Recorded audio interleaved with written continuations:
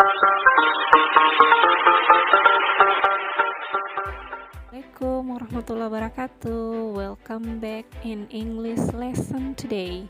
Oke, kali ini kita akan belajar tentang passive voice. Nah, sebelumnya saya mau tanyakan dulu, how are you everybody? I hope all of you fine today because we are going to learn about passive voice.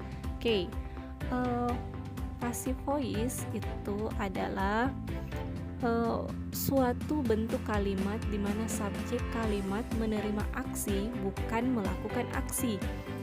Tidak seperti active voice yang fokus terhadap pihak yang melakukan aksi. Jadi bentuk ini lebih berfokus kepada pihak atau objek yang menerima hasil dari suatu aksi tersebut. Nah, untuk kali ini kita akan mempelajari tentang passive voice, kemudian berikut dengan active voice-nya, karena mereka saling berhubungan satu sama lain.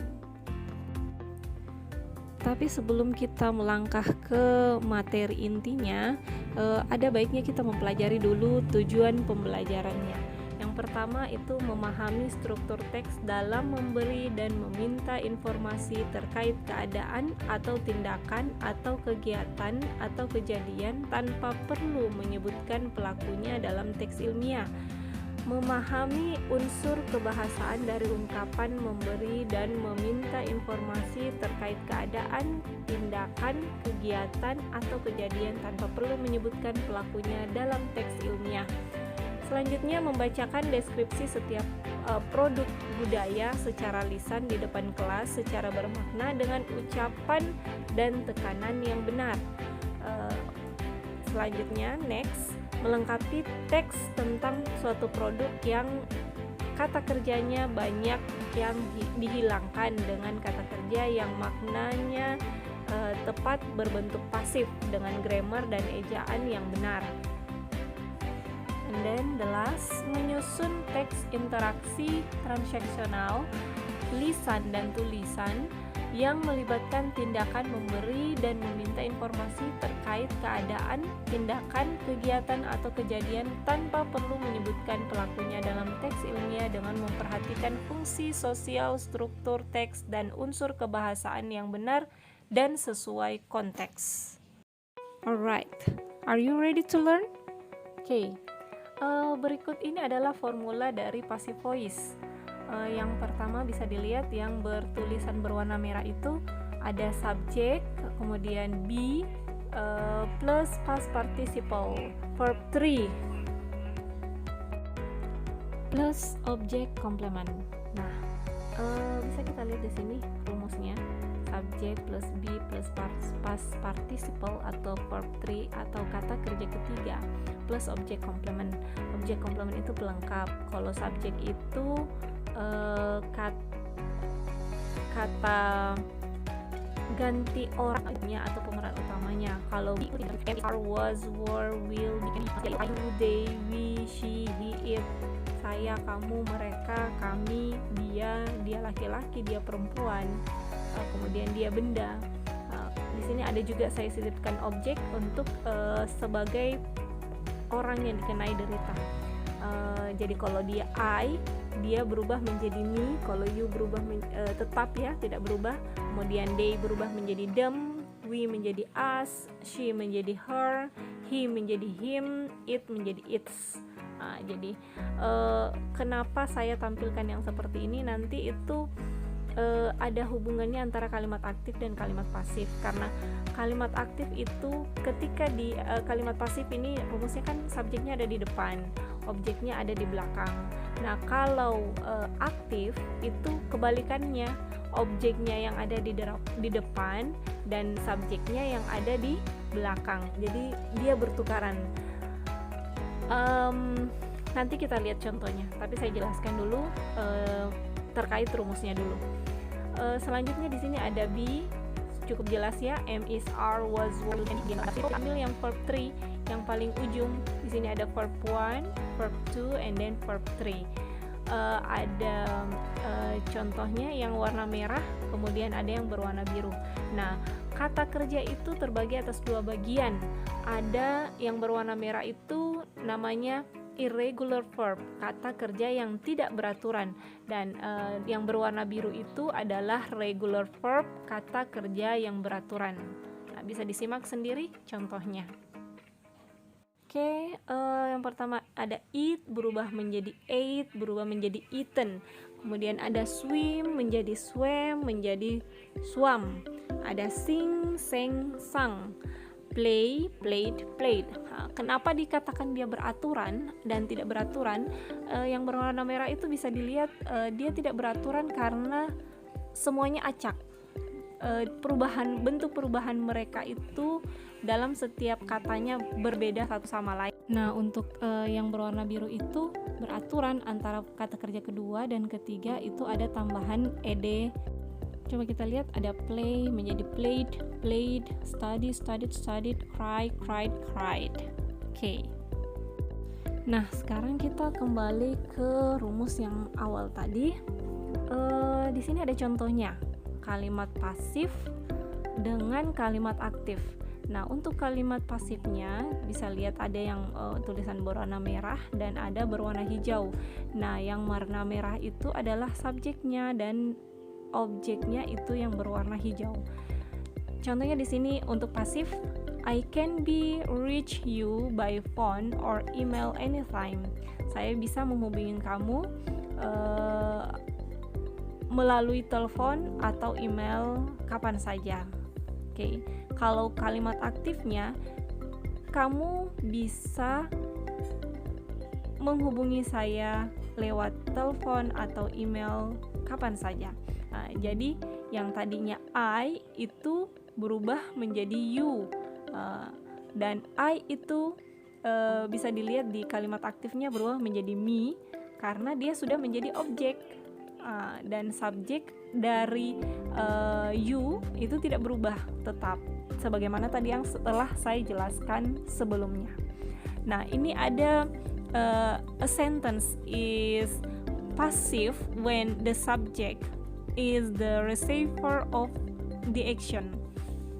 Nah, jadi dalam sebuah kalimat pasif itu ketika subjeknya itu adalah penerima dari aksi tersebut.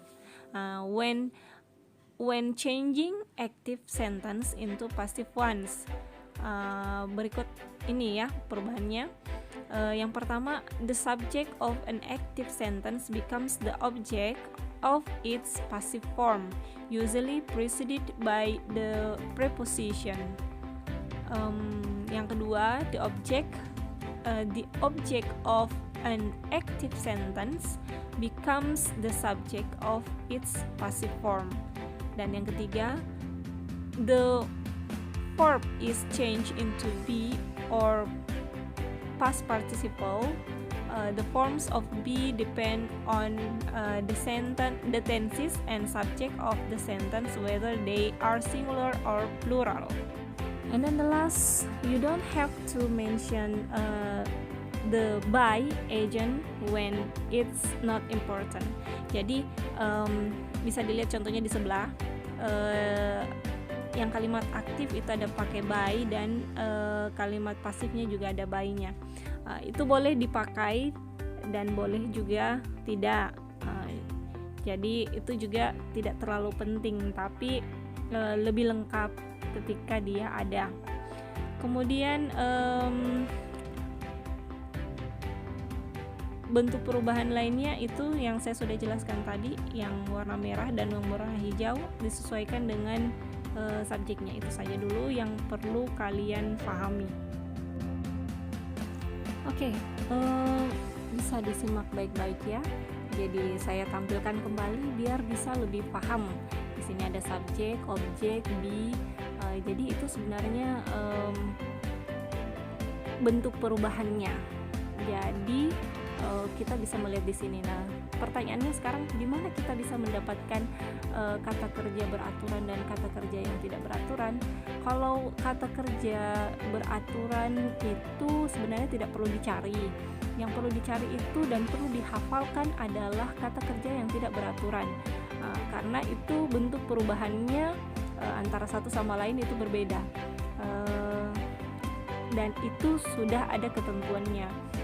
Bisa searching di Google atau cari-cari di internet ya, atau cukup ketik dengan irregular verbs itu, maka akan muncul ratusan puluhan bahkan ratusan dari irregular verb. Jadi kata kerja yang beraturan, yang tidak beraturan. Bisa juga dilihat di kamus, di tengah-tengahnya itu ada, bisa dilihat kata kerja yang tidak beraturan. Oke. For next ini ada kalimat ya, contohnya. Nah, berikut dengan panah-panahnya. Ini ada yang tadinya subjek, dia pindah ke belakang. Nah, yang di atas itu adalah kalimat aktif, kemudian yang di bawah itu adalah kalimat pasif. Perbedaannya itu yang di atas itu tidak menggunakan kata kerja ketiga, yang di bawah itu menggunakan kata kerja ketiga. Bisa dilihat is this covered, jadi dia ada tambahan be, kemudian ada kata kerja ketiga. Itu adalah ciri-ciri dari passive voice. Jadi kata kerjanya saja dilihat agar kita bisa membedakan mana kalimat aktif dan mana kalimat pasif. Coba kita baca. Research and development discovers knowledge about products.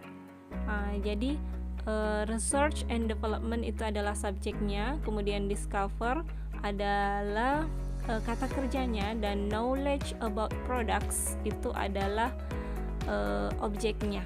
Nah, tanda panahnya itu berubah ya, yang tadinya objek pindah ke belakang untuk kalimat pasifnya. Begitu pula dengan kebalikannya. Nah, untuk tugasnya silahkan diubah kalimat berikut. Change the following sentences into active or passive. Jadi silahkan dirubah. Di bawah ini ada dua kalimat, yang mana aktif, yang mana pasif. Itu tugas Anda. Kemudian mau dirubah, kalau dia aktif dirubah dalam bentuk pasif, kalau dia pasif dirubah ke dalam bentuk aktif. Okay, I think that's all for today. Thank you very much for your attention. See you for the next video, for the next lesson, for the next meeting. Don't forget to like my channel, and I hope that you will understand what I explain to you about passive voice. Okay, if you have any question, please you may comment in here, or you can chat me in Telegram or WhatsApp. Thank you very much. Wassalamualaikum warahmatullahi wabarakatuh.